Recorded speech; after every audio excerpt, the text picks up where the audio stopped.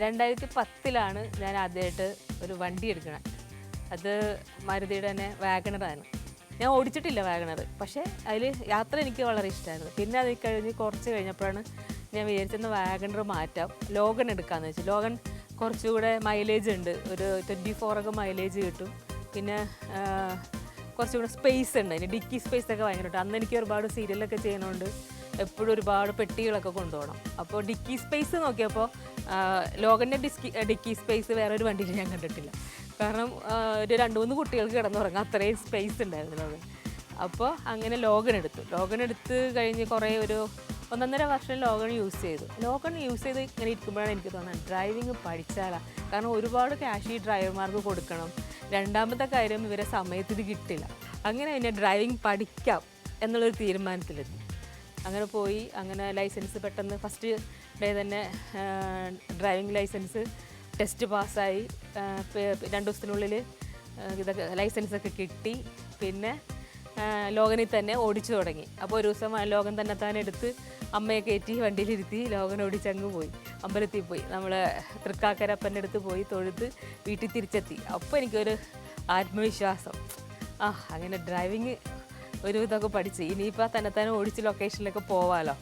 അങ്ങനെ ലോഗനിൽ ഓടിച്ചാണ് ഡ്രൈവിങ് പഠിക്കണേ. പിന്നെ എനിക്ക് തോന്നി ലോഗൻ കുറച്ച് വലുതാണല്ലോ, അപ്പോൾ ഓടിച്ച് പഠിച്ചതല്ലേ ഉള്ളൂ. അപ്പോൾ നന്നായിട്ടൊന്ന് സ്മൂത്ത് ആവണമെങ്കിൽ ഒരു ചെറിയ വണ്ടിയാണ് നല്ലതെന്ന്. അങ്ങനെ ഞാൻ അത് വിട്ടിട്ട് ഒരു മാരുതി ഓൾട്ടോ എടുത്തു. അത് കൊടുത്തു, ലോഗൻ കൊടുത്തു.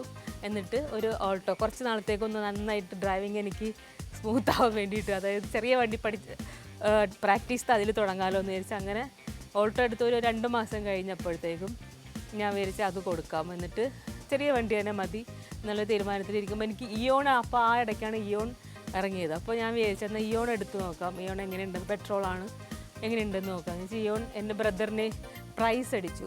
അതായത് ഓണത്തിൻ്റെ ടി വി മേടിച്ചപ്പോൾ പ്രൈസ് അടിച്ചു. അപ്പോൾ അങ്ങനെ ആ വണ്ടി അവൻ്റെ ഇത് ഞാൻ മേടിച്ചു ക്യാഷ് കൊടുത്തിട്ട്.